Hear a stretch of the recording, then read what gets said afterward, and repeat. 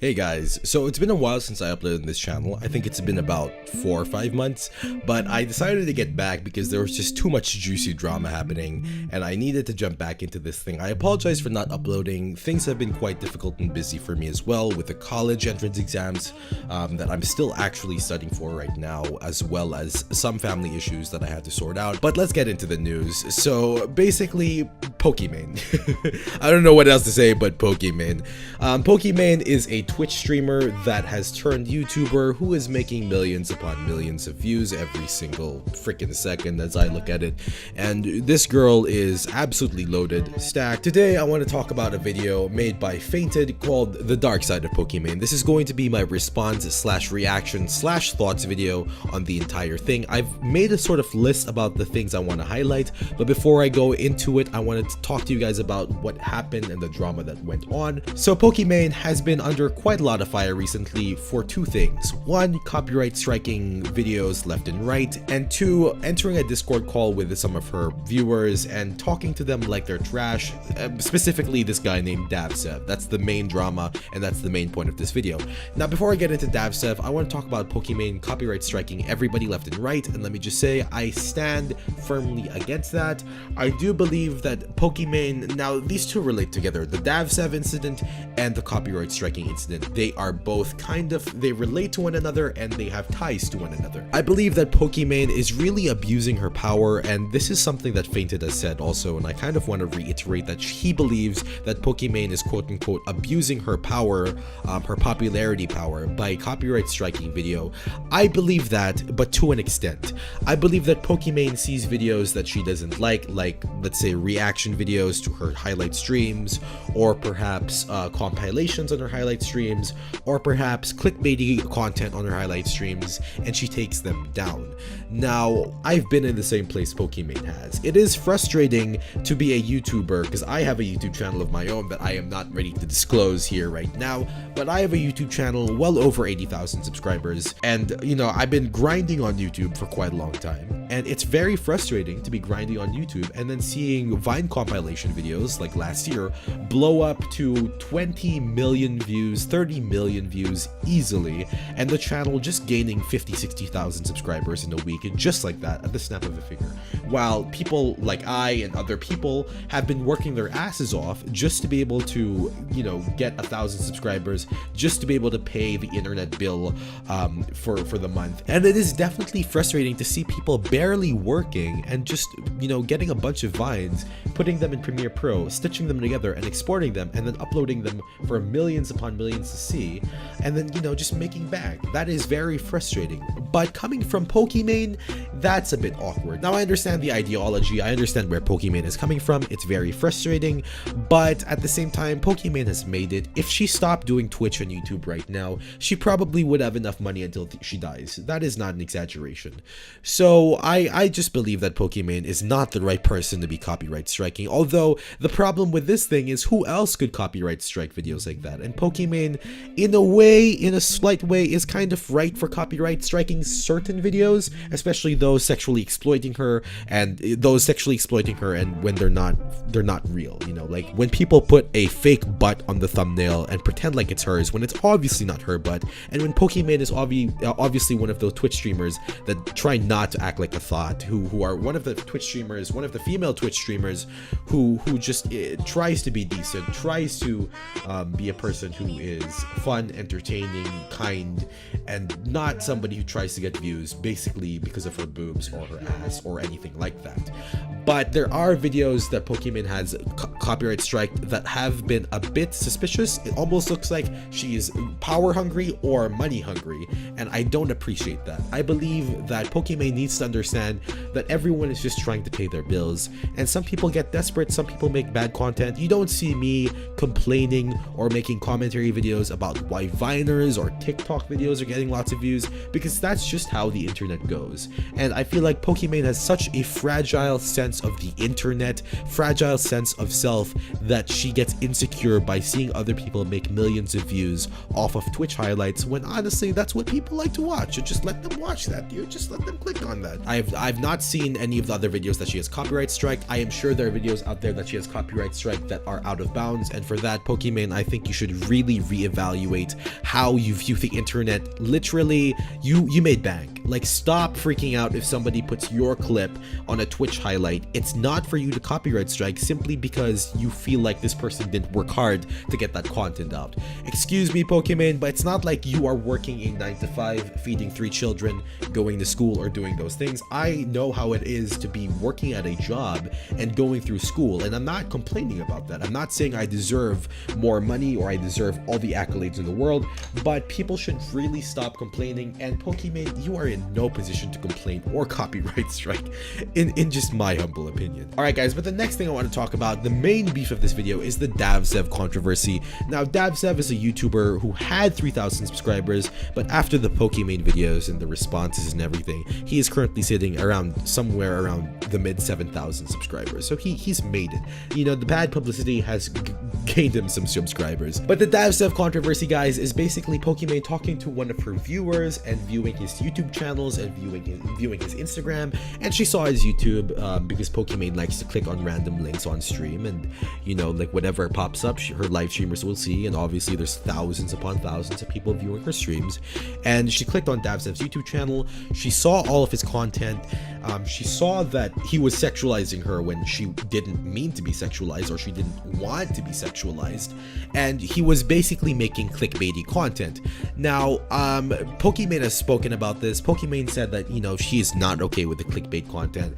I would have understood if she just stopped at saying, hey, DavSev, like, I don't appreciate what you're doing to me and other streamers. You are sexualizing us when we don't want to be sexualized, when we don't mean to be sexualized. You are tainting my image. I did not say that. This is infactual. This is not factual, you know, yada yada. But that's not where she stopped. All right, she called his content clickbaity, and she also clicked on his Instagram. Now, yes, his content is clickbaity, but people need to understand that clickbait is a part of YouTube.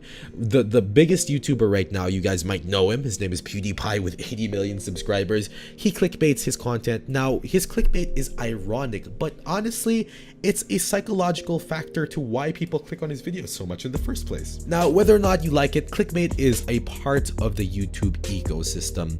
And, you know, I just watched a video recently about, it's called Not Impossible. I'm not sure what the channel is called, but the title of the video was, why is it impossible for bikers to bike more than 60 kilometers in an hour?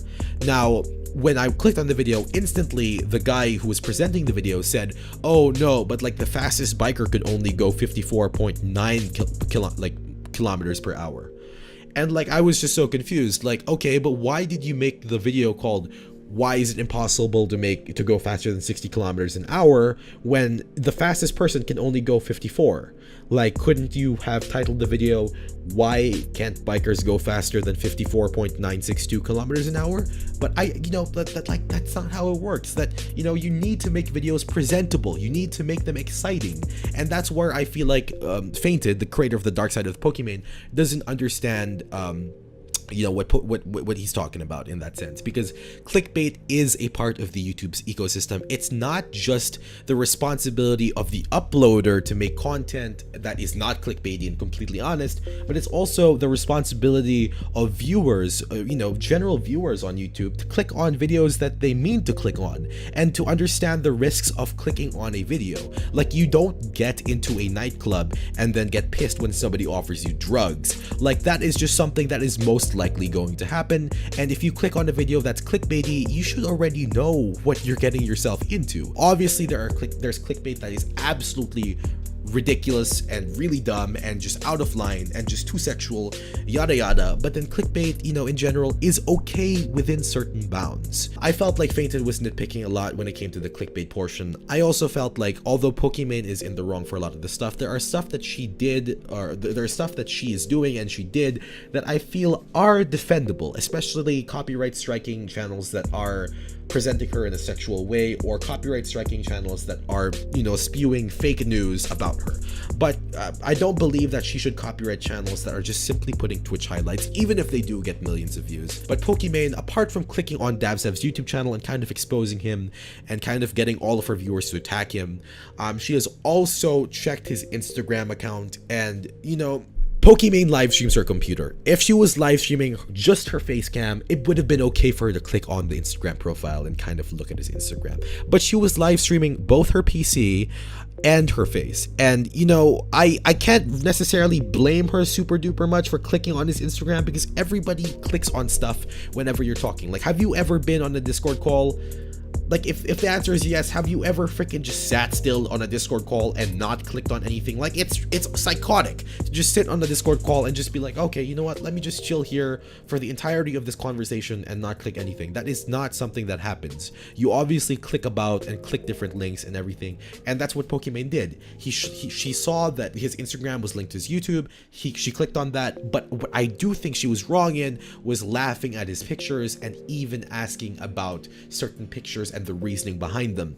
But although this was kind of messed up, she kind of did want to prove a point here. And the 2 points that I believe that she was trying to prove were, one, to prove that this guy, you know, because he was uncomfortable throughout the entire thing. Okay, so Davzev is still uploading content, clickbaity content, still uploading content on streamers, still doing the same thing, and it just proves that he was there for the clout, and clicking on his Instagram and laughing at his profile wasn't the most harmful thing you could do to that guy. You think Davzev is behind his computer right now, gaining 1,000 subscribers a day, crying? I really freaking doubt that.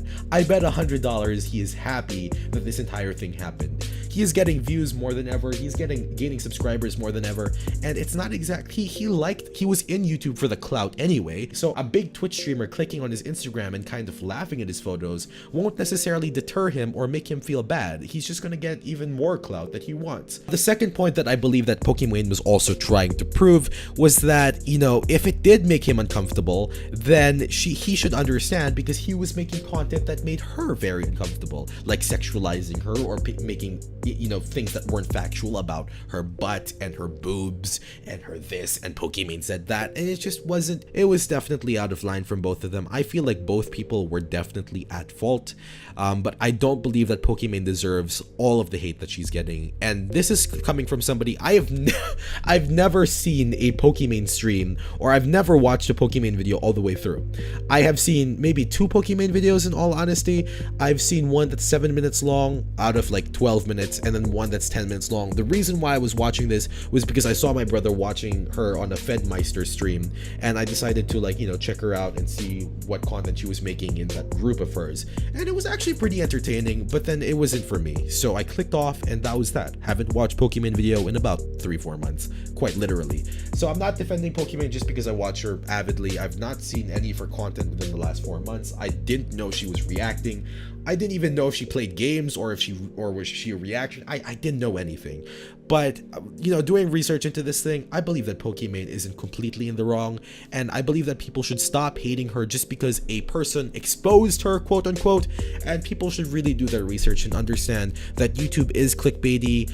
It is okay to clickbait within bounds, and, you know, if somebody kind of does something horrible to you and you want to show them what they did to you without necessarily hurting them in a bad way, it's not exactly the worst thing. I mean, she clicked on his Instagram, showed off some of his cringy pictures, but, you know, it's nothing compared to what he was doing to her. And, you know, by the looks of it, Davzev is happy with all of the bad publicity. So, I don't know. Tell me what you guys think in the comment section below. This video is already way too long. I appreciate you guys for listening to this little vlog thing video. You know, whatever. I'm so bad with these intros, but thank you guys so much for watching. I'll see you guys in the next one. Peace.